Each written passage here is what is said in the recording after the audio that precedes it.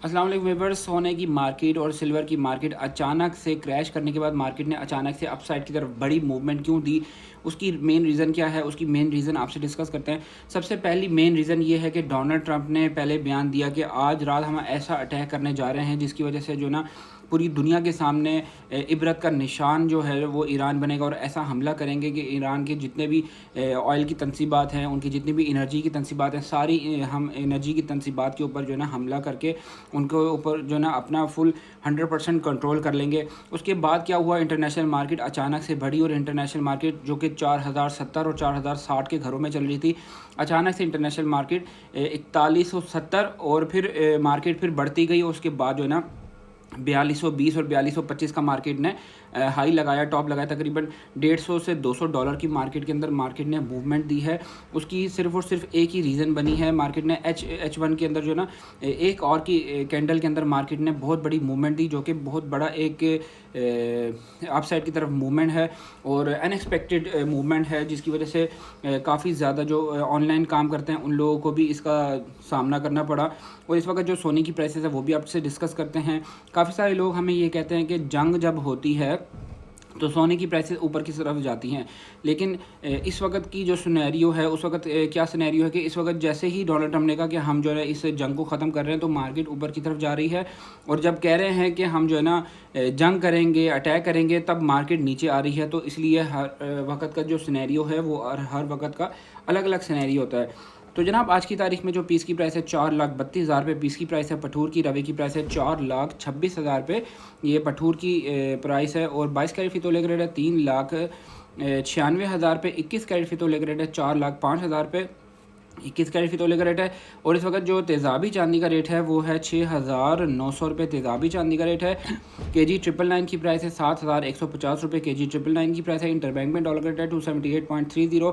Crude oil इस वक्त चल रहा है 86.06 के ऊपर क्रूड ऑयल चल रहा है। स्टॉक मार्केट इस वक्त चल रही है 1,77,170 पॉइंट्स के ऊपर स्टॉक मार्केट चल रही है। रावलपिंडी रिवेन्यू में इसका पीस की प्राइस है 4,34,35,000 रुपये इसकी पीस की प्राइस है। और पठूर की रवे की प्राइस है 4,28,000 रुपये पठूर की रवे की प्राइस है।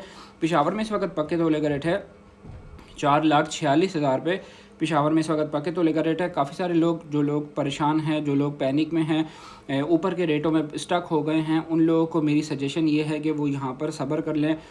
हर वक्त एक जैसा नहीं रहता है। आने वाले वक्त में आपको आपके रेट्स ज़रूर मिलेंगे। थोड़ा सा थोड़ा सा टाइम ज़रूर लगेगा, चांदी वालों के लिए भी और सोने वालों के लिए भी ये टाइम है। यहाँ पर मार्केट क्रैश कर रही है, मार्केट डाउन साइड की तरफ आ रही है, यहाँ पर सब्र करने का टाइम है। और लॉन्ग टाइम के लिए जिसने नहीं लिया था, सिल्वर महंगा हो गया था, सोना महंगा हो गया था, ज्वेलरी भी महंगी हो गई थी, यहाँ पर अगर कोई अपनी शादी के लिए बनवाना चाहता है, जेवर बनवाना चाहता है, वो भी यहाँ पर ख़रीद सकता है लॉन्ग टाइम के लिए, जिसके पास वो इन्वेस्टमेंट जो कि कोई घर बेच के ना रखी हो और गाड़ी बेच के ना रखी हो, कोई भी ऐसी यूज़फुल इन्वेस्टमेंट ना हो, उसके अंदर आपने इन्वेस्टमेंट नहीं करनी है।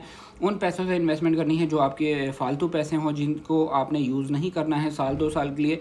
उन पैसों से आपने इन्वेस्टमेंट करनी है। इन्वेस्टमेंट का क्या तरीक़ाकार है वो भी मैं आपको अपने इसी चैनल पे बताता हूँ कि आपने करना क्या है। अपनी इन्वेस्टमेंट को 3 हिस्सों में तकसीम करना है।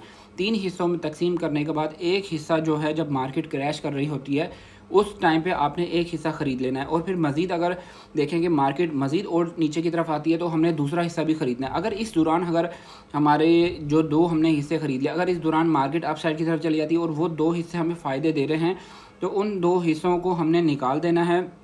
और फिर एक डाउन साइड की तरफ मूवमेंट अगर आती है तो उसी मूवमेंट के ऊपर हमने दोबारा से ख़रीदारी करनी है।